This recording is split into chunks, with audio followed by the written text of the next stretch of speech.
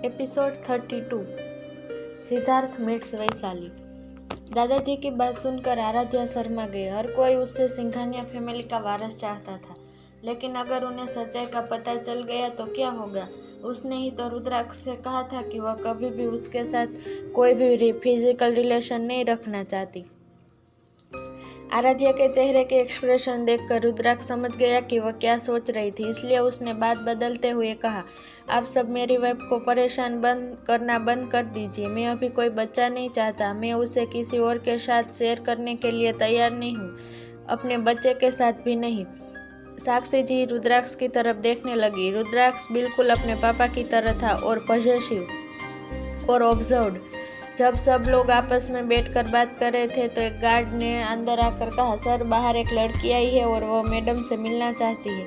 आराध्या अपनी सीट से उठी और कहा, वो मेरी दोस्त है, आप उसे अंदर ले आइए। गार्ड ने सिर हिलाया और चला गया। सिद्धार्थ ने अपनी भौहें उठाई और रुद्राक्ष से पूछा, वो किस दोस्त की बात कर रही है। रुद्राक्ष ने यह इशारा करते हुए अपना सिर हिलाया कि उसे कुछ पता नहीं है। तभी सबके कानों में एक मीठी सी आवाज़ सुनाई दी, आरू। आराध्या मुस्कुराई और वैशाली के पास जाकर उसे गले लगाकर बोली, I miss you Vaishali. Vaishali ने भी उसे गले लगाते हुए कहा, आई मिस यू टू आरू। वैशाली दी, यह कहकर कुणाल अपनी सीट से उठा और उन दोनों के पास जाकर वैशाली को गले लगाया। वैशाली कुणाल को देखकर बोली, आह कुणाल, तुम अब बहुत बड़े हो गई हो। फिर उसने कुणाल के सर को थपथपाते हुए कहा, मुझे मेरा प्यारा सा कुणाल वापस दे दो। कुणाल उसकी बात सुनकर हंसने लगा। आओ मैं तुम्हें सबसे मिलवाती हूँ, आराध्या ने कहा। फिर उसने सबके पास ले गई। जब सिद्धार्थ ने वैशाली को देखा तो एक पल के लिए उसका दिल धड़कन रुक गई। अपने कॉलेज टाइम के क्रश को अपने सामने देखकर सिद्धार्थ को महसूस हुआ कि अभी उसके दिल में वैशाली के लिए वही फीलिंग थी जो वह उस टाइम फील करता था। जब रुद्राक्ष ने उसे वैशाली के बारे में बताया था तो वह जानता था कि वह उसे दोबारा मिलेगा, लेकिन उसने कभी उम्मीद नहीं की थी कि वह दिन आज होगा। सिद्धार्थ ने रुद्राक्ष को देखा और कहा, तुमने यह जानबूझकर किया है। तुम्हारा क्या मतलब है? रुद्राक्ष ने पूछा। तुम्हें पता था कि वह आ रही थी, लेकिन तुम? सिद्धार्थ ने कहा। रुद्राक्ष ने मुस्कुराते हुए कहा, मुझे नहीं पता कि तुम किस बारे में बात कर रहे हो। सिद्धार्थ ने अपनी आंखें घुमाई और बोला, don't act to be innocent. Rudraksh ने सिद्धार्थ के कंधे पर हाथ रखा और कहा, मुझे पता है कि तुम्हारे दिल में अभी भी उसके लिए फीलिंग्स है। तुमने मुझे हमेशा कहा कि मैंने आराध्या को अपने दिल की बात बताने में इतने साल वेस्ट किए, लेकिन तुमने भी वही किया। बस फर्क इतना है कि आराध्या अब मेरी वाइफ है और तुम अभी भी टाइम वेस्ट कर रहे हो। रुद्राक्ष की बातें सिद्धार्थ के दिमाग में चलने लगी और वह वैशाली को देखकर मुस्कुराने लगा। आराध्या वैशाली को साक्षी जी के पास ले आई और उनको मिलवाते हुए बोली, मोम, यह मेरी बचपन की बेस्ट फ्रेंड है, वैशाली आहूजा। वैशाली साक्षी जी को देखकर मुस्कुराई और बोली, nice to meet you Mrs Singhania.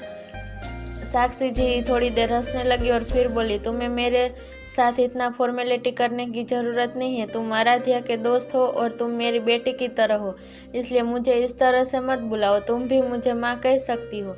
Vaishali को उम्मीद थी कि मिसेस सिंघानिया शायद बहुत रूड और एरोगेंट होगी, लेकिन उसने जब देखा कि साक्षी जी कितनी प्यारी है तो उसके होठों पर मुस्कान आ गई और वह उनके गले लग गई। दादाजी वैशाली को देखकर मुस्कुराए और कहा, क्या तुम आहूजा फैमिली की एक लौती बेटी हो? वैशाली ने सिर हिलाया। आहूजा फैमिली ने तुम्हें बहुत अच्छे संस्कार दिए हैं। यहाँ आओ बेटा, दादाजी ने कहा। दादाजी ने वैशाली का सिर थपथपाया और कहा, तुम्हें दादाजी कैसे है? मुझे उससे मिले हुए बहुत समय हो गया। वह अच्छे हैं दादा। बोलते बोलते वैशाली रुक गई और उसने अपना सिर नीचे किया और अपने निचले होठ को काट लिया। उसे समझ में नहीं आ रहा था कि अगर वह अशोक जी को दादाजी कहकर बुलाए तो वह उन्हें पसंद आएगा या नहीं।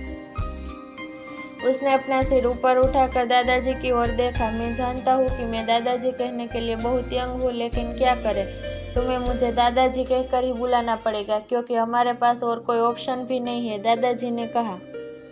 दादाजी की बात सुनकर वैशाली हंसने लगी। इंडिया के सबसे पावरफुल फैमिली के मेंबर को मिलने के बाद वैशाली को महसूस हुआ कि वह सब सच में बहुत पोलाइट थे। जब आराध्या ने उसे बताया था कि उनकी शादी रुद्राक्ष सिंघानिया से हुई है तो वो आराध्या के लिए थोड़ा परेशान थी। उसने सोचा था कि शायद सिंघानिया फैमिली उसे एक्सेप्ट नहीं करेगी, लेकिन उनसे मिलने के बाद वैशाली को यकीन हो गया कि आराध्या बहुत लकी है जो उसे ऐसी फैमिली मिली है। फिर आराध्या रुद्राक्ष के पास वैशाली को ले आई और बोली, वैशाली यह मेरे हस्बैंड है मिस्टर रुद्राक्ष सिंघानिया। वैशाली कुछ पल रुद्राक्ष को देखती रह गई। उसने उसे कई बार न्यूज़पेपर और टीवी में देखा था, इसलिए उसे पता था कि वह बहुत हैंडसम है। लेकिन उसे अपने सामने देखने के बाद वैशाली को एहसास हुआ कि वह रियलिटी में न्यूज़पेपर और टीवी से कहीं ज़्यादा हैंडसम, डैशिंग और सेक्सी है। रुद्राक्ष ने उसकी ओर मुस्कुराते हुए देखा और कहा, nice to meet you Vaishali. Vaishali Rudraksh की तरफ देखकर मुस्कुराई, फिर आराध्या के गले लगते हुए बोले, I love you so much. आज तुम्हारी वजह से मैं उन सब से मिल पाई। आराध्या ने वैशाली के सर पर एक चपत लगाई और बोली, इडियट। फिर आराध्या, वैशाली और रुद्राक्ष खुशी खुशी एक दूसरे से बात करने लगे और उन्होंने अपने पास खड़े इंसान को पूरी तरह से इग्नोर कर दिया। सिद्धार्थ ने अपनी आंखें सिकोड़ ली और उन्हें अपने प्रेजेंस याद दिलाने के लिए खांसने लगा। सिद्धार्थ, क्या तुम ठीक हो? क्या मैं तुम्हारे लिए पानी लेकर आऊं? आराध्या ने पूछा। आराध्या, क्या तुम अपनी बेस्ट फ्रेंड से सिद्धार्थ को इंट्रोड्यूस नहीं करवाना चाहती? रुद्राक्ष ने कहा। आराध्या हंसी और बोली, ओ ठीक है, मैं भूल गई थी कि वैशाली भी सिद्धार्थ के कॉलेज से जानती है। वैशाली मुस्कुराई और कहा, हाँ मुझे याद है, तुम उस अजीब टोपी वाले लड़के के साथ घूमते थे। उसकी बात सुनकर रुद्राक्ष को खांसी आ गई। रुद्राक्ष की पीठ थपथपाते हुए आराध्या ने पूछा, क्या आप ठीक हो? हाँ मैं ठीक हूँ, रुद्राक्ष ने कहा। सिद्धार्थ ने अपना सिर खुजलाया और कहा, हेलो वैशाली, तुमसे मिलकर अच्छा लगा। मुझे भी, वैशाली ने मुस्कुरा कर कहा। ठीक है, अब आओ, सबका डिनर तैयार है, साक्षी जी ने कहा। चलो चलते हैं, रुद्राक्ष ने कहा और आराध्या के कंधे पर अपना हाथ रख दिया। आप सिद्धार्थ के साथ जाओ, मैं और वैशाली आते हैं, आराध्या ने कहा। रुद्राक्ष और सिद्धार्थ के वहाँ से जाने के बाद आराध्या ने वैशाली को अपनी ओर खींचा और कहा, तुम अब भी उसे लाइक करती हो ना? वैशाली ने 2 बार पलकें झपकाई और कहा, तुम यह सब क्या कह रही हो? अपनी आंखें घुमाते हुए आराध्या ने कहा, तुम्हारे चेहरे पर यह साफ साफ दिख रहा है, तुम मुझसे कुछ भी नहीं छुपा सकती। वैशाली ने अपना सिर नीचे कर लिया, मुझे नहीं पता। आराध्या मुस्कुराई और कहा, ठीक है, हम दोनों इस बारे में बाद में बात करेंगे, अभी चलो चलते हैं, सब हमारा इंतजार कर रहे हैं। डाइनिंग एरिया में टेबल पर तरह तरह के खाने रखे हुए थे। जैसे ही सभी अपनी सीटों पर बैठे, आराध्या ने चारों ओर देखा और पूछा, समर्थ कहाँ है? एक जरूरी मीटिंग की वजह से उसे जाना पड़ा, वो बाद में वापस आएगा, साक्षी जी ने कहा। तो अब जब आप सब यहाँ हैं तो हम आराध्या के वेलकम पार्टी के बारे में बात कर सकते हैं, दादी ने कहा। नीरज, तुम्हें क्या लगता है? साक्षी जी ने पूछा। नीरज जी ने मुस्कुराते हुए कहा, मुझे कोई प्रॉब्लम नहीं है, तुम लोग जैसा चाहे कर सकते हो। आराध्या यहाँ पर खुश है, मेरे लिए यही काफ़ी है। ये सोच रहा था कि हम परसों वेलकम पार्टी थ्रो करनी चाहिए, आप सभी क्या सोचते हैं? आशुतोष जी ने सभी से पूछा। हाँ, जितनी जल्दी हो उतना अच्छा है, दादाजी ने कहा। फिर हमें यही करना चाहिए, आशुतोष जी ने कहा। सबने अपनी अपनी राय देनी शुरू कर दी। दूसरी ओर आराध्या को थोड़ा अजीब लगा। मुझे लगता है कि हमें इससे बाद में करना चाहिए, हम 2 दिन के अंदर यह सब कैसे रेडी करेंगे? रुद्राक्ष ने उसके हाथ पर हाथ रखा और कहा, तुम्हें इस बारे में सोचने की ज़रूरत नहीं है, शायद तुम भूल गई हो तुम्हारा हस्बैंड कौन है। तुम्हें कुछ भी करने की ज़रूरत नहीं है आराध्या, तुम बस रिलैक्स करो, दादी ने कहा। साक्षी जी ने सबकी तरफ देखा और कहा, ठीक है, फिर यह फाइनल है कि हम परसों पार्टी करेंगे, तो तुम सभी को हेल्प करनी पड़ेगी। सिद्धार्थ, कुणाल और वैशाली, तुम तीनों को कुछ एक्स्ट्रा काम करने पड़ेंगे। हाँ मॉम, आप चिंता मत कीजिए, I will give my 100%।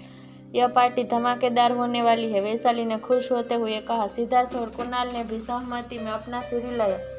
Dinner के बाद सभी जेंट्स गेस्ट लिस्ट के बारे में बात करने लगे और लेडीज फूड आइटम के बारे में बात करने लगी। आराध्या और वैशाली उन सब से थोड़ा दूर एक कोने में बैठे थे। मैं तुम्हारे लिए बहुत खुश हूँ आराध्या, वैशाली ने कहा। आराध्या उसे देखकर मुस्कुराई। तुम्हारे पास एक हैंडसम हस्बैंड ही नहीं बल्कि इतने प्यारे ससुराल वाले भी है, वैशाली ने कहा। आराध्या मुस्कुराई और कहा, मुझे पता है, वह सब बहुत अच्छे हैं। वैशाली ने अपनी भुएं उठाई और कहा, तो मिस्टर सिंघानिया दूसरे मामले में कैसे है? वैशाली ने बातों को मतलब समझकर आराध्या शर्मा गई और अपना सिर नीचे कर लिया। वैशाली ने अपनी आंखें चौड़ी की और कहा, प्लीज तुम मुझे यह मत कहना कि तुम्हारे बीच कुछ नहीं हुआ।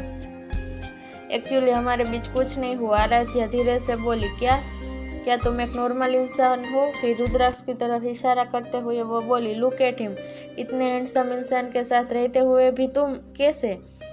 वैशाली, इस तरह से किसी की ओर इशारा करना बुरी आदत है, मुझे तुम्हें यह कितनी बार बताना होगा, आराध्या ने कहा।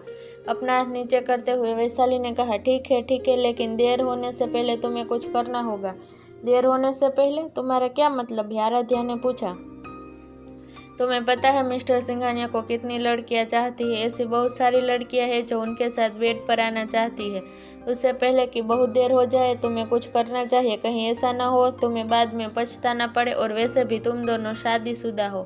फिर उसने आराध्या के कंधे पर हाथ रखकर कहा, पास्ट में जो भी हुआ उन सब के बारे में भूल जाओ। अपने पास्ट की वजह से मिस्टर सिंघानिया की फीलिंग को हर्ट मत करो और अपनी फीलिंग्स को भी मत रोको। मैं जो बोल रही हूँ क्या तुम्हें समझ में आ रहा है? आराध्या ने अपना सिर हिलाया और कहा, तो फिर तुम सिद्धार्थ के लिए अपनी फीलिंग्स को क्यों रोक रही हो? वैशाली हल्के से मुस्कुराई और बोली, मैं उसकी टाइप की नहीं हूँ, वह मेरी जैसी किसी लड़की को कभी पसंद नहीं करेगा।